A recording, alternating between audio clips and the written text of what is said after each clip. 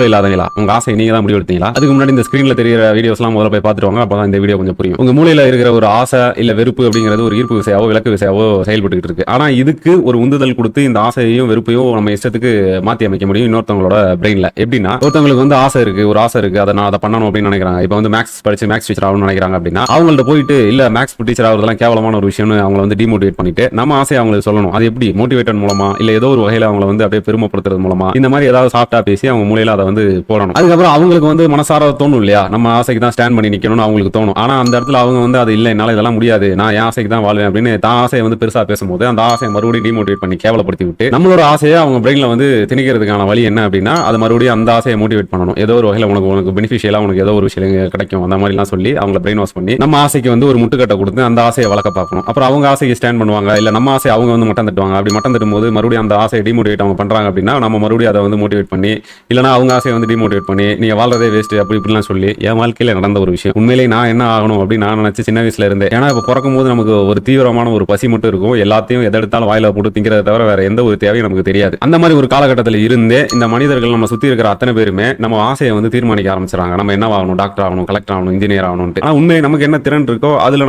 நம்ம வந்து ஒரு ஸ்டெப் எடுத்து வைப்போம் நம்ம நினைப்போம். ஆனா சுத்தி இருக்கிற யாருக்குமே அது பிடிக்கவே பிடிக்காது. அவங்க என்ன பண்ணுவாங்கன்னா இதே டெக்னாலஜி தான் யூஸ் பண்ணுவாங்க. நல்லா கவனிச்சு பாத்தீங்கன்னா அவங்க ஆசையை திணிப்பாங்க, அதுக்கு மோட்டிவேட் பண்ணுவாங்க, நம்ம ஆசையை டிமோட்டிவேட் பண்ணுவாங்க. இதே விஷயத்தை அவங்க தொடர்ந்து பண்ணிக்கிட்டே இருப்பாங்க. நம்ம என்னதான் முட்டு கொடுத்தாலும் சரி, இல்ல என்னால அதெல்லாம் முடியாது, எனக்கு இதான் வருது, இதான் பண்ணுவேன் அப்படின்னு சொன்னாலும் சரி, அவங்க அதெல்லாம் கேட்க மாட்டாங்க. கேட்காம என்ன பண்ணுவாங்கன்னா திரும்ப அவன் அந்த வீட்டு பையன் அதாயிட்டான், இந்த வீட்டு பையன் இதாயிட்டானா அவங்க ஒரு வகையில மோட்டிவேட் ஆகி வந்திருப்பாங்க, இந்த விஷயத்தை நீ பண்ணி தான் ஆகணும் அப்படின்னு சொல்லிட்டு. இப்போ அது மாதிரி அவங்க பிரெயின்ல ஒவ்வொரு பிரெயினுமே இன்னொரு பிரெயினை வந்து மோட்டிவேஷன் டிமோட்டிவேஷன் பேர்ல ஆசையை வந்து உருவாக்குறது இல்ல வெறுப்பை உருவாக்குறதுன்னு சொல்லிட்டு நிறைய ஃபார்முலா யூஸ் பண்ணி இந்த மாதிரிலாம் பண்ணிட்டு இருக்காங்க. இந்த மோட்டிவேஷனும் டிமோட்டிவேஷனும் நம்ம மூளையோட சைக்காலஜிக்கல் ப்ராப்பர்ட்டில ஒண்ணு. ஏன் இது இருக்குன்னா, இன்னொரு மனிதனோட ஆசையையும் அவனோட செயல்பாடுகளையும் கண்ட்ரோல் பண்றதுக்காக இது இருக்கு. இந்த மாதிரி ஒரு விஷயத்துல மன வலிமை அப்படிங்கிற ஒரு விஷயம் எப்படி இருக்குன்னா, இந்த ஆசை உங்களோட முதல் ஆசை ஒண்ணு இருக்கு இல்லையா, நீங்க பட்ட ஆசை ஒண்ணு இருக்கு இல்லையா, நீங்க இதுவா மாறணும் அப்படின்னு ஒரு ஆசை வச்சிருப்பீங்க இல்லையா, அந்த ஆசை மேல நீங்க எவ்வளவு உறுதியா இருக்கீங்க, அந்த ஆசை மேல உங்களுக்கு எவ்வளவு நம்பிக்கை இருக்கு, இது எல்லாத்தையும் சோதனை பண்ணுவாங்க. மொத்தமா சோதனை பண்ணி கடைசியா நீங்க அதுல பலவீனமா இருந்தீங்கன்னா அவங்க ஆசையை ஈஸியா உங்க மைண்ட்ல மேனிபுலேட் பண்ணிட்டு கடைசியில கேட்டா எனக்கெல்லாம் ஒண்ணும் தெரியாதுன்னு சொல்லிட்டு போய்கிட்டே இருப்பீங்க. ஃபெயில் ஆயிட்டீங்கன்னா நீங்க தான் முடிவெடுத்தீங்க, நாங்க எதுவுமே பண்ணல, ஐயோ நீ சொல்லி தானே நான் பண்ணேன் அப்படின்னு நீங்க வந்து ஒரு மரியாதை கொடுத்து நீங்க பேசுனீங்கன்னா, இல்ல